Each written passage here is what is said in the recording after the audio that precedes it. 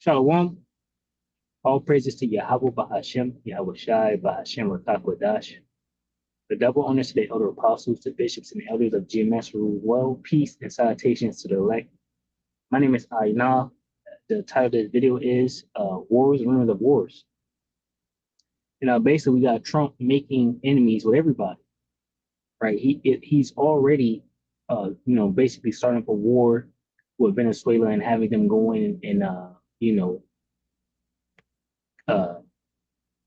with the CIA. The CIA is doing operations in Venezuela, getting ready for war. They got all type of boats, ships, and things out here, getting ready to go into Venezuela. And now you have Colombia is basically saying, take out Trump, take Trump out.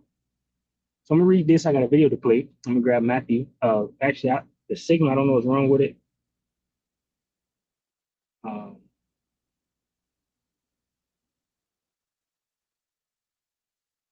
so I'm gonna get it on my tablet here. Grab Matthew.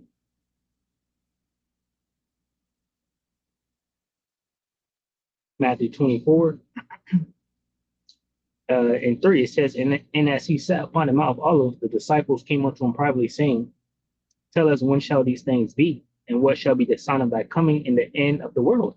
Right. So basically, the end of this age, the end of the rulership of Esau Edom, right, in the beginning of it that followed, which is the Israelites. The Israelites have the next kingdom, which you'll get a little bit of Daniel too. Scriptures prophesied of basically 5 kingdoms that will rule. Major empires that will rule.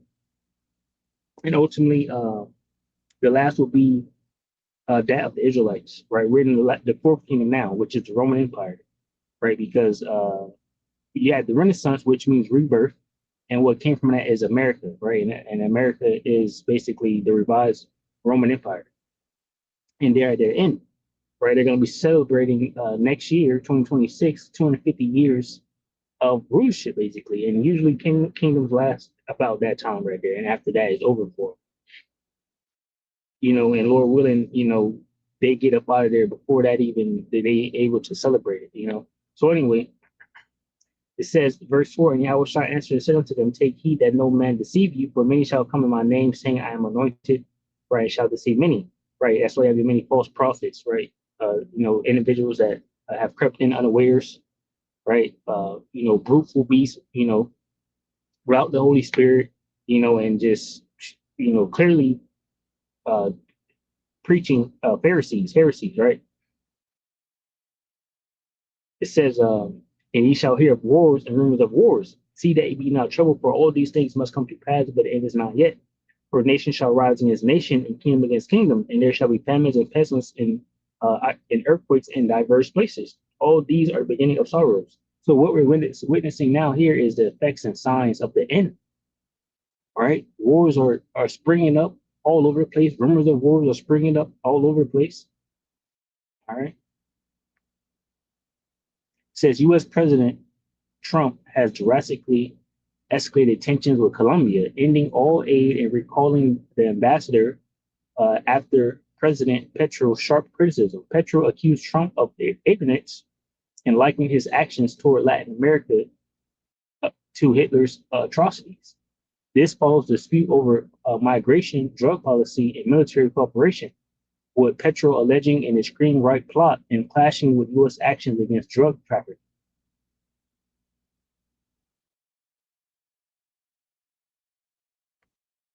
It says tensions between Colombia and the United States have escalated sharply after Colombian President Gustavo Petro, right, labeled U.S. President Donald Trump as rude and arrogant, right, and accused him of doing to Latin Americans what Hitler did to the Jews, right? So I wanted to grab that Daniel 7 real quick.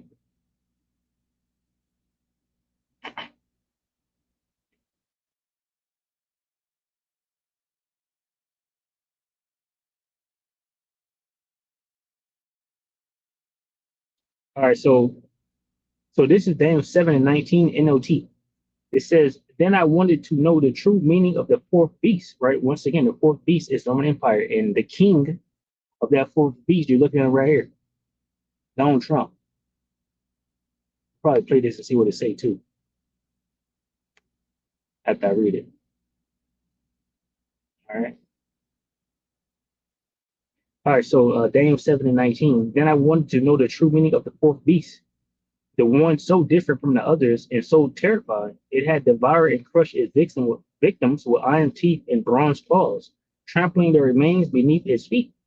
I also asked about the 10 horns on the fourth beast's head and a little horn that came up afterward and destroyed three of the other horns. This little horn is America.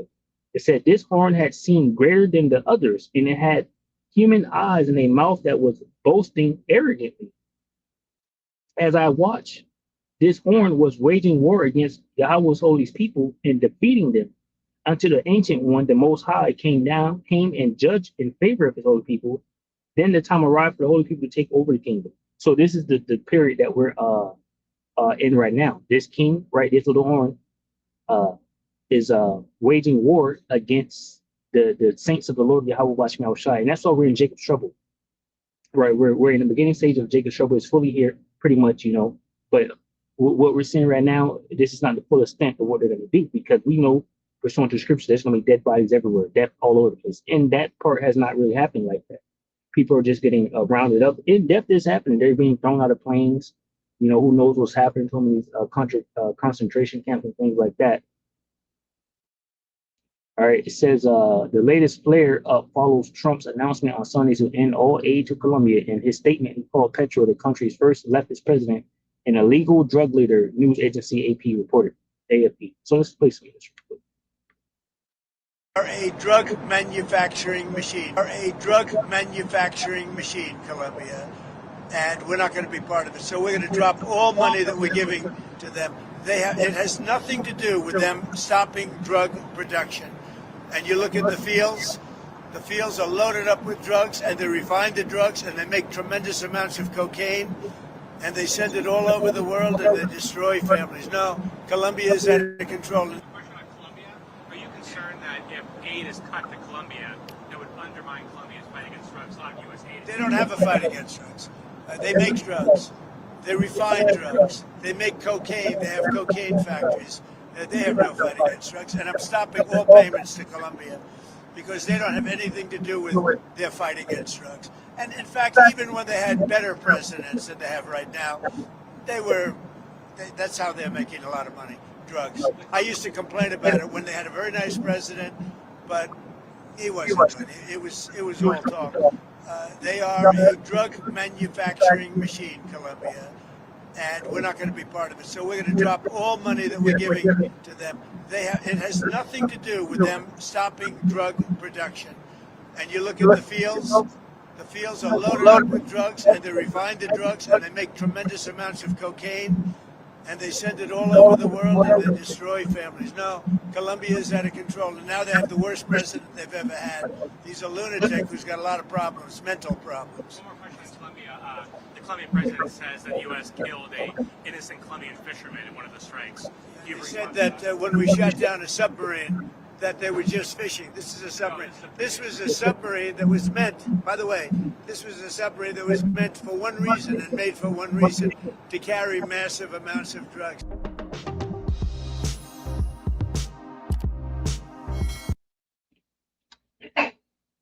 Ultimately, so this dude has made threats. The Colombian president has made threats to Donald Trump, and they're tired of the bullshit. This is Habakkuk 2. And Habakkuk 2 and 4 NLT, it says, look at the proud. They trust in themselves and their lives are crooked. But the righteous will live by their faithfulness to Yahweh Bashim Shai. It says, verse 5, wealth is treacherous and the arrogant are never at rest. They open their mouth as wide as the grave, and like death, they are never satisfied. In their greed, they have gathered up many nations and swallowed up many peoples. But soon their captives will taunt them. They will mock them, saying, what sorrow awaits you, thieves? Now you will get what you deserve. You become rich by extortation, but how much longer can this go on? 7 says, suddenly your debtors will take action. They will turn on you and take all you have while you stand trembling and helpless. Because you have plundered many nations, now all the survivors will plunder you. You committed murder throughout the countryside and filled the towns with violence. What sorrow awaits you who build big houses with money gained dishonestly? You believe your wealth will buy security, putting your family's nest beyond the reach of danger. But by the murders you committed, you have shamed your name and forfeited your lives. You know, and this is why uh, Colombia is now saying that it's easier to just take Trump out. You know, that's what they're saying now.